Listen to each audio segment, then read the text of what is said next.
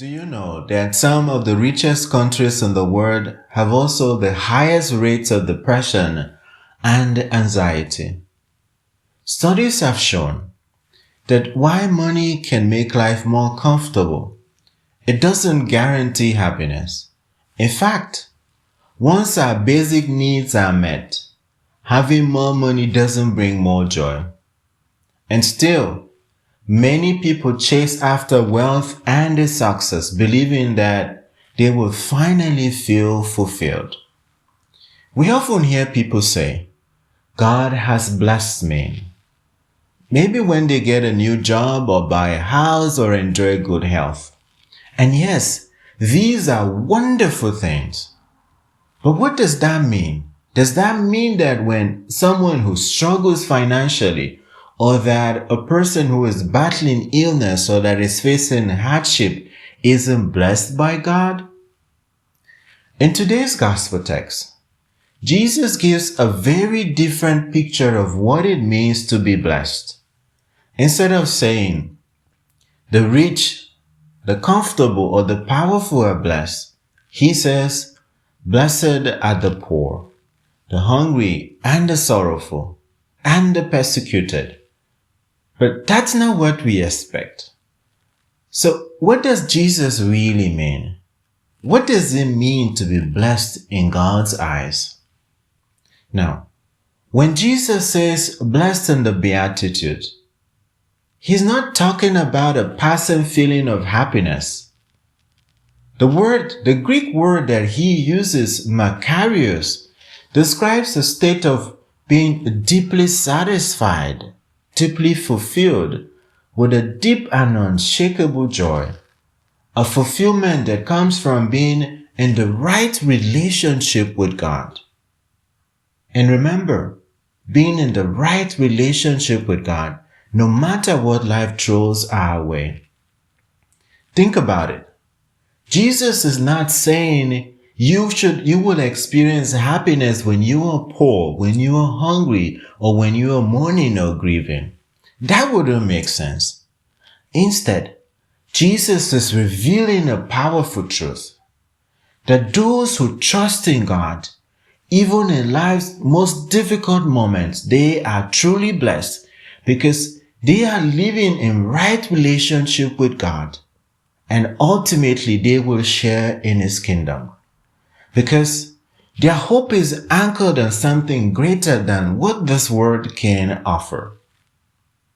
And so, real blessedness isn't about having an easy life. It is about having a life that is rooted in God. And so the question for each one of us today is, where do we place our trust? Where are we rooted? Are you rooted in the things that fade or in the one that would last forever? The idea of trust and being rooted in something that will last forever is what we see clearly in our first reading for today's Mass from the prophet Jeremiah in chapter 17 from verse 5 to 8.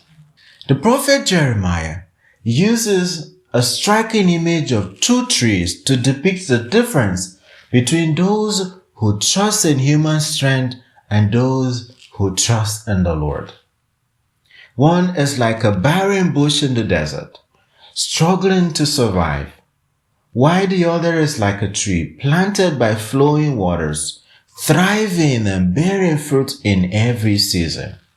This image is not just poetic, it is profoundly spiritual. When our lives are rooted in God, we are like that tree by the water. We can face tough times with strength, knowing that God is the constant source of life and of hope. But if we rely on temporary things like human wealth or strength or wisdom, we are like that tree in dry land that easily withers and is left wanting, vulnerable to the storms of life. This image, my friends, is very powerful. A tree doesn't create its own water. It depends on the stream, it depends on the river, or it depends on rain. Likewise, we cannot sustain ourselves spiritually by relying on human effort or human wealth or human power.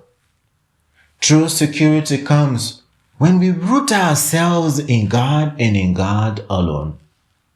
And so again I ask, are we truly rooted in God? Where are we planting our roots today? Where are you planting your roots today?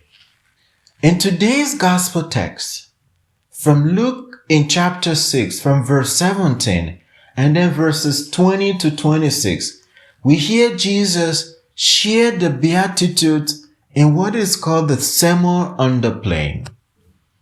Unlike in the Gospel of Matthew, where Jesus speaks from a mountain, Luke has Jesus standing on a flat place right there with the people. This is important because it shows that Jesus doesn't stand above us from a distance. He meets us right where we are, in the middle of our own struggles, our own joys, and everything in between.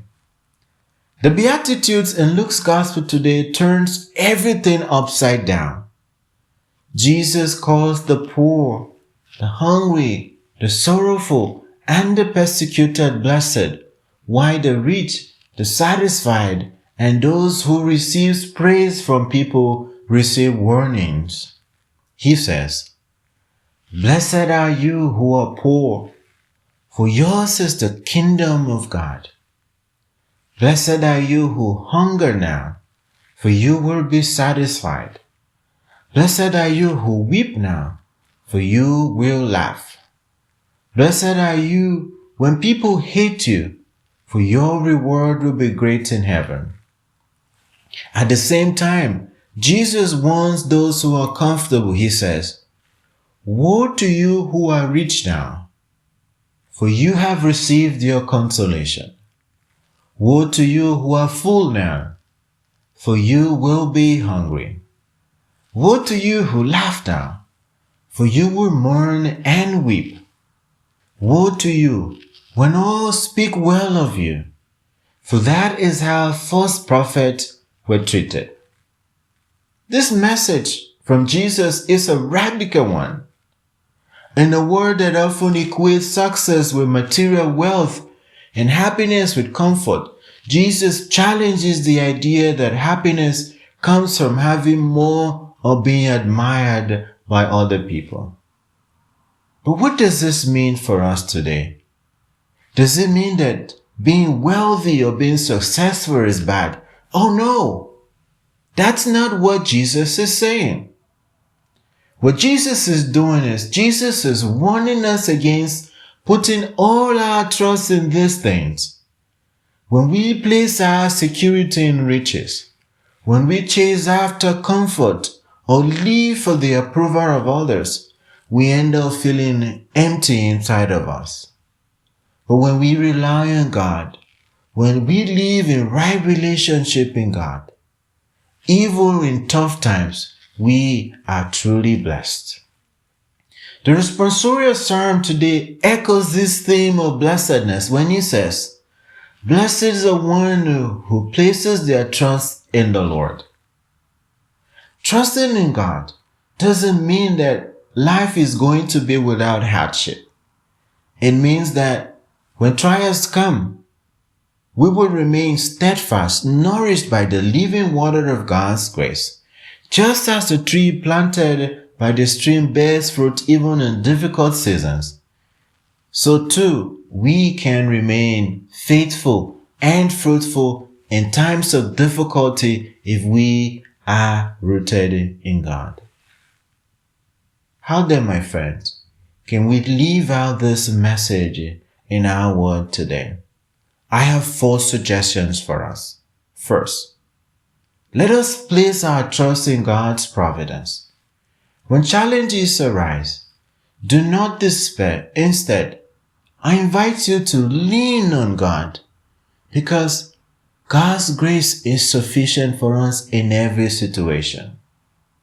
Second, instead of seeking human wealth, let us speak spiritual wealth.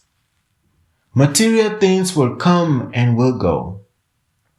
Let us invest in growing in faith, in growing in our love for the Lord, in fixing and making sure that we have right relationship with God, and in growing in our compassion towards others. Third, Jesus tells us that we must become His instrument of mercy. And so we can live the Beatitudes by being a blessing to others, by comforting all those who struggle, by showing and demonstrating solidarity with the poor and with those who struggle. Fourth, true greatness, my friends, is not found in status or in wealth, but in a heart that seeks to serve others rather than be served. Let me ask you, where are you putting your trust? Are you like the dry bush, struggling alone, hoping to find something to hold on to? Or are you deeply rooted in God, like the tree by the river, strong and flourishing no matter what life brings? Saint Teresa of Avila once said, "Let nothing disturb you. Let nothing frighten you. All things are passing away. God never changes." In those words, we hear a profound truth. When our trust is in God, we are anchored in the one thing that remains steady through every storm of life. Jesus doesn't just offer us empty words. He invites us into a life that's richer than anything this world can offer us. He calls us to trust in Him, for He is far deeper than wealth. He is far deeper than the comfort that we can get or the approval that others can offer us. He calls us to find joy and peace in Him, no matter what's going on around us. This week, I invite each one of us to reflect on this question. What is the one area in your life where you are struggling to trust God? Is it in your finances? Is it in your health or a difficult relationship? Can you surrender that aspect of your life to God today? And can you trust that He will provide for you? In the end, my friends, may our lives be measured, not by what we have gained, but by whom we have trusted. And God bless you.